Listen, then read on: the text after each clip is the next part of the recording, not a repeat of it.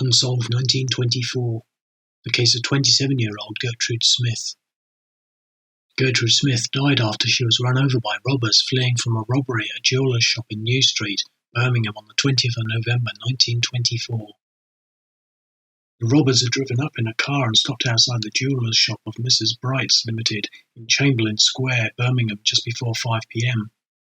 They got out and roughly pushed a woman who was looking in the window to one side and smashed the window with a mallet. They then snatched a diamond star brooch worth £800 and some other diamond rings from a tray totalling over £1,000 worth of jewellery, and then dashed back to their car.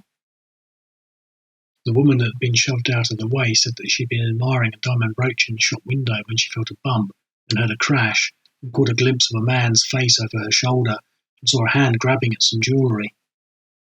She said that the man then scrambled into a slowly moving motor car that was then driven off rapidly. She said that she thought there had been 3 or 4 men in the car. The robbery took place in just a few seconds, leaving pedestrians so astonished that no attempt was made to prevent them from getting away. They then drove off in their car at a reckless speed and headed up towards Bennett's Hill, where they ran Gertrude Smith over just as she stepped off the pavement in New Street. She died from head and chest injuries. Several other people were also injured in the escape.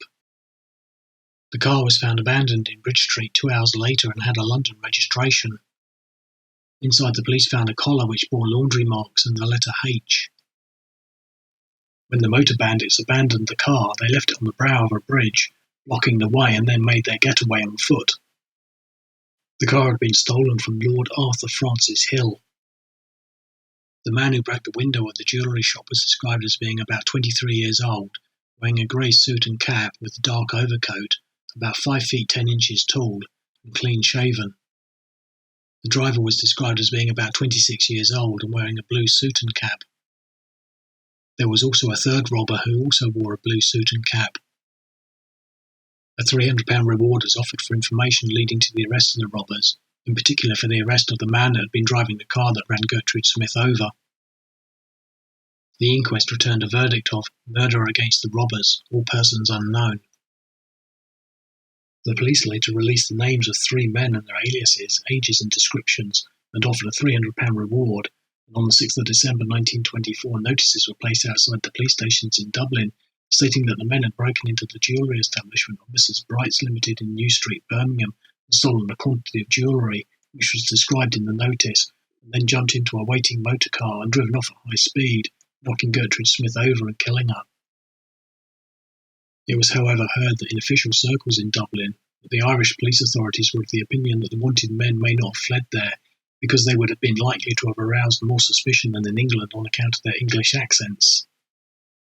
However, a lighterman from Rotherhithe was soon after arrested in connection with the robbery and Gertrude Smith's death and remanded, but when he appeared at the Birmingham Police Court on Friday the 12th of December 1924, charged with running Gertrude Smith over, the prosecution offered no evidence and he was discharged.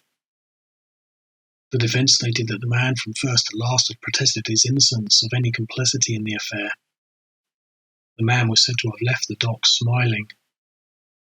Nothing more is known about the case, or who the robbers were or where they came from, and it remains unsolved to this day.